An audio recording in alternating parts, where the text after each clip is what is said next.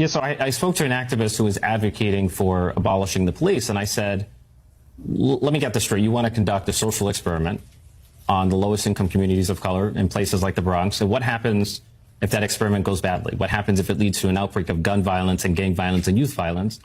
Like, you live in a wealthy white neighborhood in an ivory tower, insulated from the consequences of your utopianism, whereas my constituents are poor people of color who have to live with high costs and high crime rates.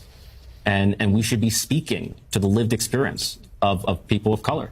You know, when you consider some of the most utopian ideas in politics, whether it's abolishing prisons or abolishing the police or abolishing ICE, those ideas do not come from working class people from places like the Bronx. Those ideas typically come from activists and academics who are out of touch with working class people. Oh my God, can everybody please smash the like button if you enjoyed that epic takedown? I mean, this is what we're always criticizing the ladies of The View for. All of these fairy tale Looney Tunes ideas that they have sound more like a philosophical conversation that two professors might be having, not real world policies that you plan to implement. Sunny Hostin loves to talk about how racist everything is while she lives in her 10-bed, 10-bath New York mansion. Whoopi Goldberg loves to say that she's working class because she works every day on The View and wouldn't do it if she didn't need to, while making an $8 million a year salary. People in Martha's Vineyard love the idea of open borders until the migrants were in their neighborhoods. Democrats love to talk about defund the police for regular people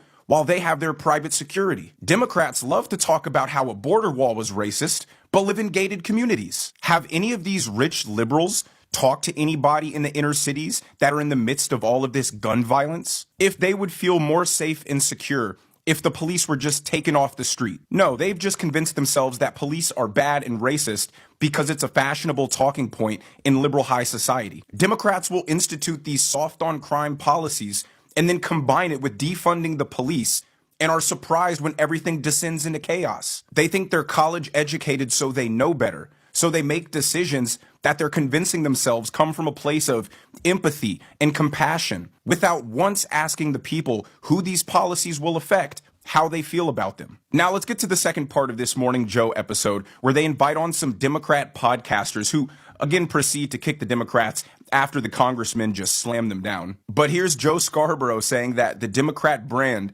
has made itself joyless and unhappy. I agree. Watch.